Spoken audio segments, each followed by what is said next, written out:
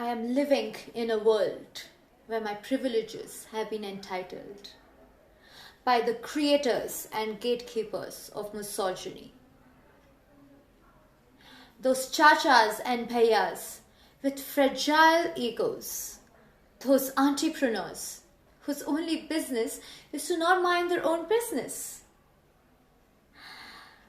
Those dadis and chachis who in the name of dharam and sanskar make it their life's motto to make you a superhero.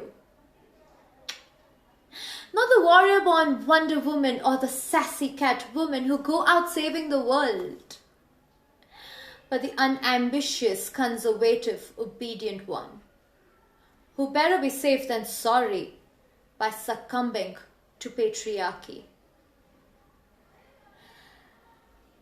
Speaking of being a married woman, an artist in the showbiz industry, am I exhausted already? I am confused most times when choosing my battles.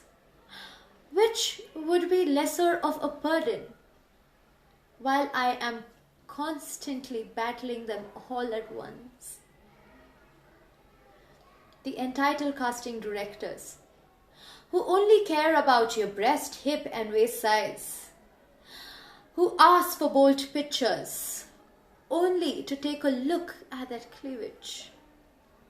They threaten to ruin your career, your character, for only asking some questions. They abuse and shame you for saying a no to sharing your profile, for not compromising, because they think they're entitled to control your future. These are the chauvinists who believe we deserve to be punished for being born a woman.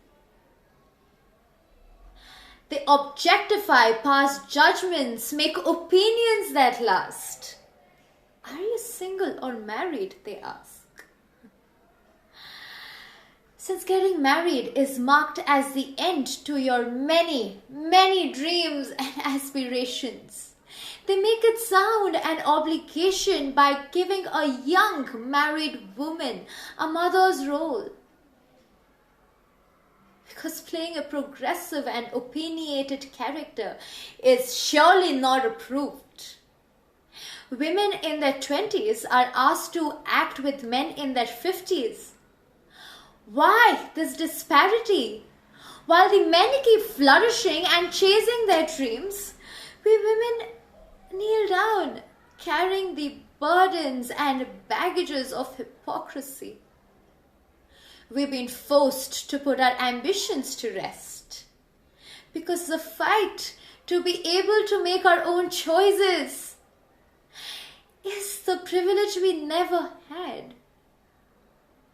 She's instead put at a gunpoint to be a Sati Savitri, become a people pleaser and always look ravishing, nurture her maa ka ladla husband, keep the house tidy and cook a delicious 3-course meal. Go to temples, go to weddings, work out, look top notch with your skin taut.